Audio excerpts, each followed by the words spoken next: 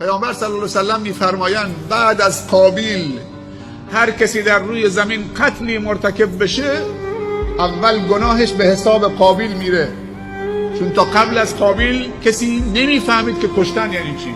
این کشتن رو در جامعه چه نهادینه کرد و کشتن رو در جامعه مد کرد و این سنت بد رو در جامعه چه پایه‌ریزی کرد.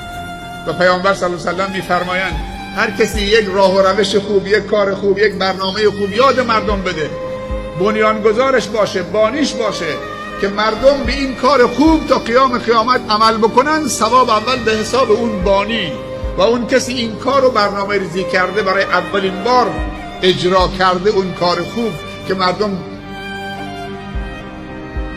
قوی بشن و مردم خوب بشن و با برکت بشن. و هر کسی کار بدی هم انجام داد و رسم و رسوم بدی در جامعه پایه‌ریزی کرد، اول گناهش به حساب، حتی اگر خودش هم مرده باشه. علما میگن اگر گناه میکنی گناهی بکن که وقتی مردی گناهت هم بمیره. بعضی گناهان افراد مردن ولی گناهانشون هنوز زنده است. اگر گناه هم میکنی گناهی بکن که وقتی مردی بمیره و تاوانش تا قیام قیامت پس ندید. هر کسی مرتکب قتلی بشه تا آخر عمر دنیا اول گناهش به حساب قابیل ریخته میشه، بعد به خودش گناه میده، عذاب میده. اما آیه بعدی خداوند میفرمایند اگر نفس یک نفر و جان یک نفر بیگناهو که نه مرتکب قتلی شده نه فسادی در زمین انجام داده بگیرید، مثل این که کل بشریت رو جانشون گرفتید، و اگر یک نفر رو احیا بکنید مثل این که کل بشریت رو احیا کردید. ما چیزی به اسم اسلام خشونت نداریم. اسلام بریست، اسلام بریست از این خشونت هایی که به اسم اسلام و آدم کشی هایی که به اسم اسلام و کینه توزی هایی که به اسم دین و اسلام و تکفیر هایی که به اسم دین و اسلام کل مسلمان ها رو دارن تکفیر میکنن. پیامبر حتی در جهاد به فرماندهانش گفته که وقتی وارد منطقه‌ای میشید که اونها کفارن درختانشون رو آتش نزنید، چه درخت سایه‌دار چه ثمردار، خانه هاشون رو آتش نزنید، زنهای ضعیفه رو به قتل نرسونید.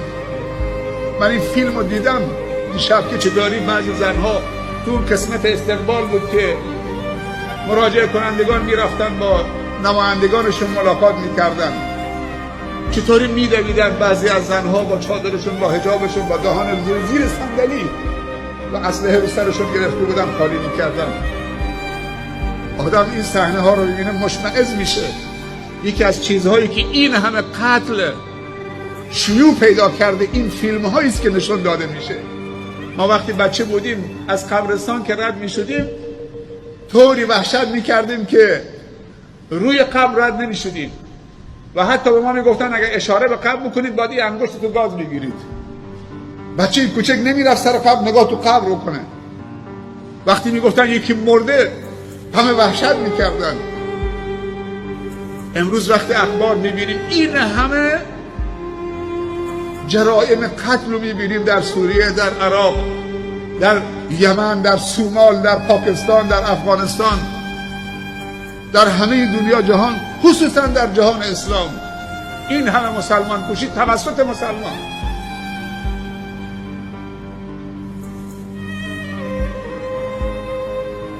خداوند بندگانش رو به 3 دسته تقسیم کرده، گفته هر 3 تا بنده منن، و منهم ظالم لنفسه و منهم مقتصد و منهم سابق بالخیرات. درجه 1 و 2 و 3 گفته هر 3 تا بنده منن، همونی که سابق بالخیراته، همونی که مقتصده، همونی که چه ظالم لنفسه است. این که همه مسلمان ها و حکام و علمای مسلمان ها رو تکفیر کردن و کشتن و خونشون رو به هدر دادن و زنهای مسلمان رو به عنوان کنیز اسیر کردن و یسیر کردن و برده گرفتن و بعد فکر بکنن که به خدا دارن نزدیک میشن. اینها همه مرتدن.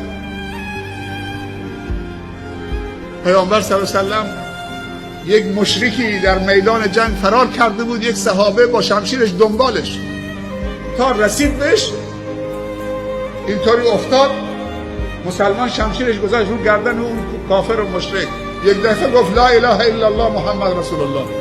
اون صحابه گردنش رو زد. بعد از اینکه شهادتین رو گفت، کافر بود، مشرک بود، بعد رفت پیش پیامبر تعریف کرد من یه مشرکی رو فرار کرد، رفتم دنبالش تا اینکه گیر افتاد، میخواستم بکشمش، از ترس کشتن و شمشیر من شهادتین گفت، ولی من کشتمش به خاطر ترس گفت.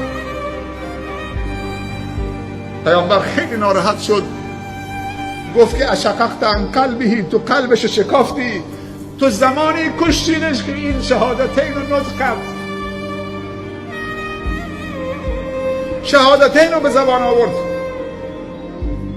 تو دلش شکافتی که تو دلش ببینی که از ترس شمشیر گفته، کشتیش در حالی که این دوتا جمله رو گفت.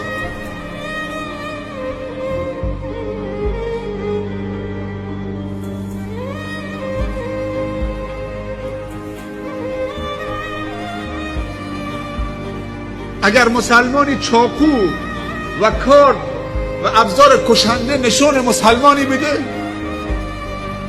ممنوعه، حتی به شوخی،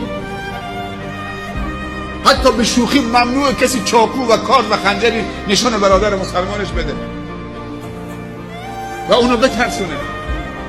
حتی حیوان حلال گوش و پرنده های حلال گوش، پیامبر گفته وقتی خدا اجازه داده اونو ذبح بکنید، حتما با آرامش اونو ذبح بکنید، نترسونیدش. ما بچه بودیم، نمیدونم بزرگان یاد میدن، وقتی میخواستن مرغ یا خروس ذبح بکنن، تو منطقه ما رسم بود که یه سیخی از درخت نخل میکندن، میزدن تو زبان مرغ، تو منقارش این قفل میکردن که زبان بر نگرده. من خودم با چشم خودم وقتی بچه بودم دیدم، یعنی زنده زنده قبل از اینکه کارد بذاره حلقوم مرغ، یه سیخ نخل رو میکند چه میزد تو زبانش. ما نمیفهمیدیم. خب الان تو ذهنم میاد که اینا چه کاری میکردن. پیامبر گفته اذا ذبحتم فاحسنوا الذبح، اذا قتلتم فاحسنوا القتل، و اذا ذبحتم فاحسنوا الذبح وليحد احدكم شفرته وليرح ذبیحته.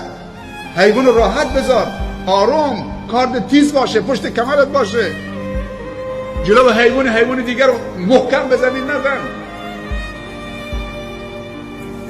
اینا همه حس دارن، همه جان دارن. میازار مویجو که جان کش است و جانش جان دارد و جان شیرین خوش است. پس عزیزان ممنوع خشونت، ترسوندن مؤمنین تا چه برسه به قتل و کشتارشون و تکفیرشون.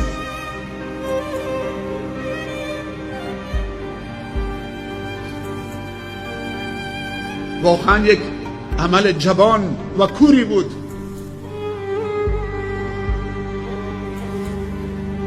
خداوند مسببین و عاملین واقعی پشت پرده این مجرمین رو به سزای اعمالشون برسونه.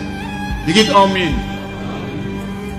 و خداوند امنیت و آرامش و آزادی و نعمتهای مادی و معنوی رو بر جهان اسلام سرازیر بکنه.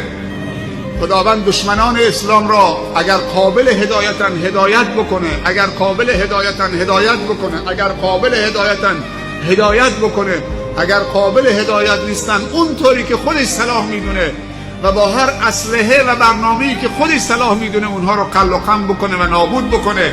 خداوند پرچم اسلام را مرفرف بگرداند. خداوند مجاهدین خالص مخلص و حامیان و مربیان و زحمتکشان و دعوتگران و مبلغان و کسانی که واقعا در میادین مختلف دارن جهاد میکنن برای عزت این امت و این دین و نصرت فقرا و مظلومین و مستضعفین و مسلمانان، خداوند بهشون عزت و پیروزی و سربلندی بده.